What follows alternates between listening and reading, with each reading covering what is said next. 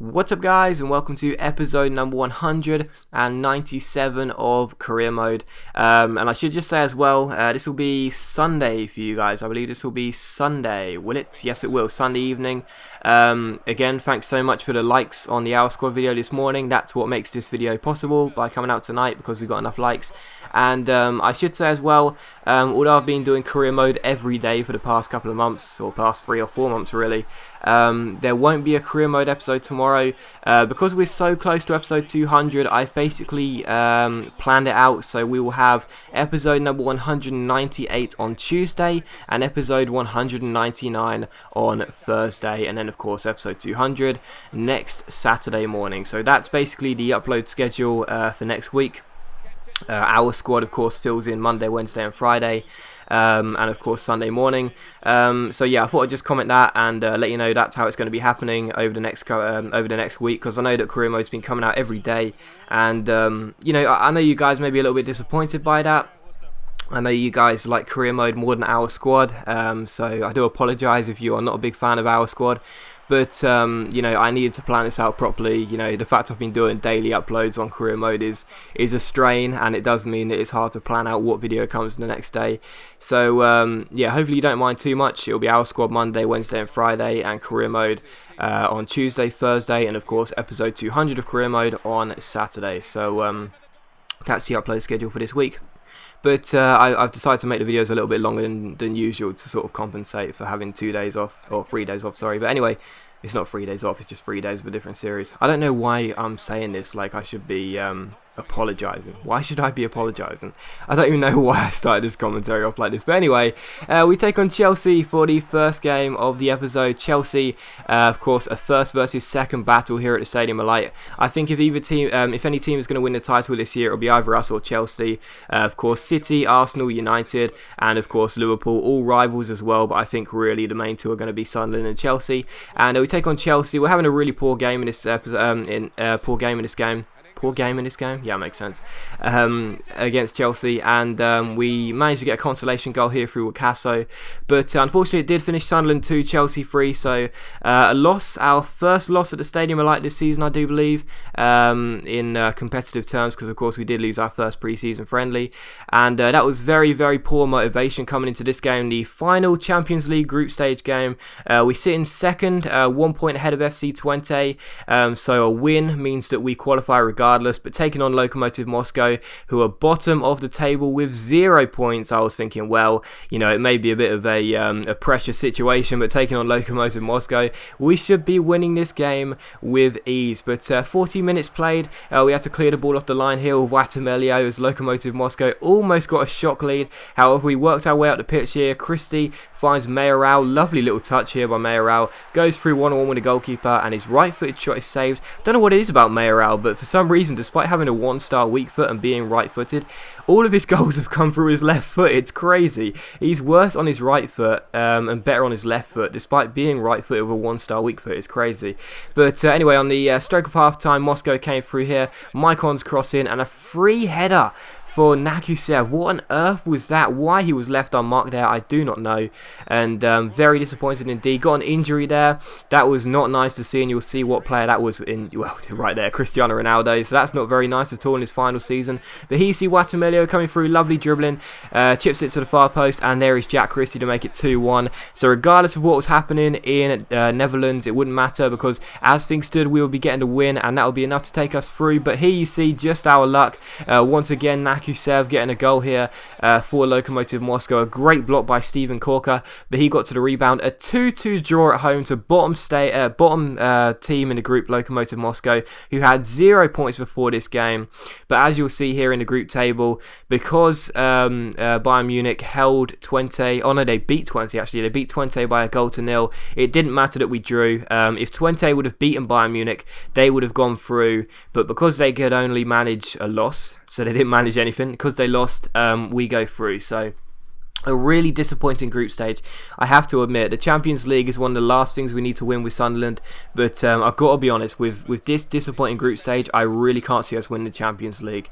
Hopefully I'll be proved wrong. Hopefully we will collect the Champions League for the first time with Sunderland, but yeah, unbelievably disappointing, and it's got to improve in the knockout stages. But anyway, we take on Liverpool here at Anfield, of course our former club, one of our former clubs, taking on Liverpool, and what a touch that was by Redmond. Gets the ball back here and plays a fantastic crossing. This goal was really nice. Such a fantastic build-up piece of play there, and a great cross by Redmond, and what a fantastic composed header by Ocampos to make it 1-0 to Sunderland.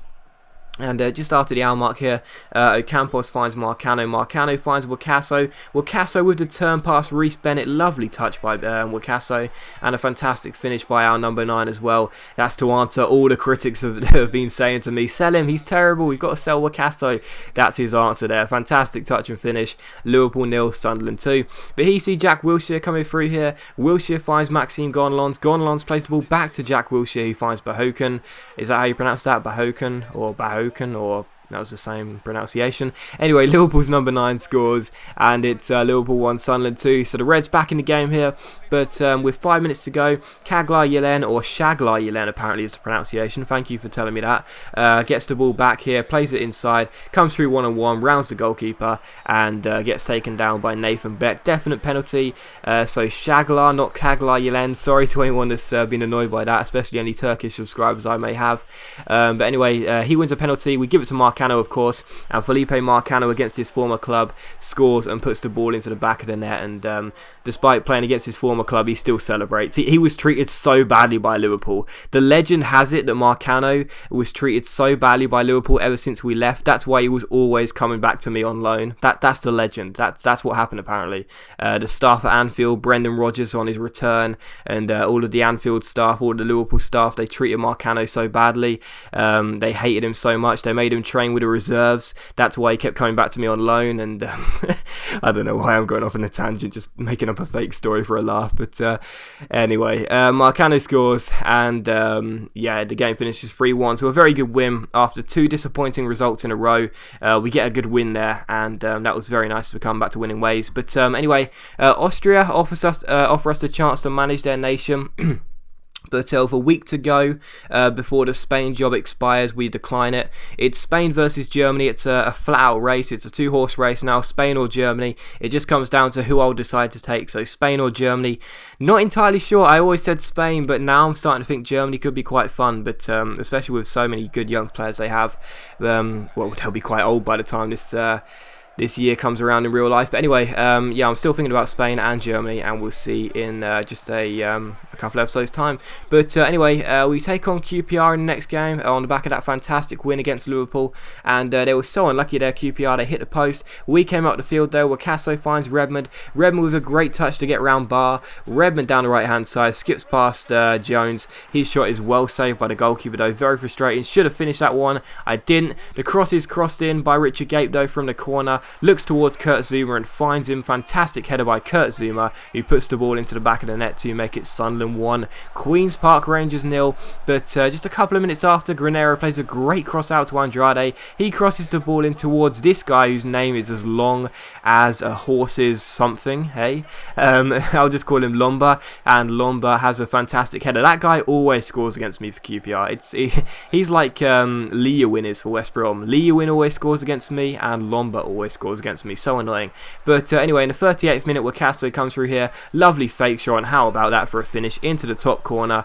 Wakaso makes it 2-1 to Sunderland. But just before half-time, QPR came through once again. Granero here with a nice pass out wide to Andrade. Gets the ball back, but he can only hit the post. So QPR hit the post twice in the first half. They must have been so frustrated. And of course, when QPR hit the post the first time, we went up the pitch on the counter and scored. And guess what happens the second time? Well, Ocampos goes down the left-hand side. It's not a counter, but still. Ocampos goes down the left-hand side here. Nice dribbling from Ocampos. Great cross into the box. And there is Wakaso. Like I say, answering the critics. Lovely header by Wakaso. And a nice little flip over as well to celebrate. 3-1 the final score, 2 for Wakaso, 1 for Zuma, and of course Lomba got 1 for QPR as well.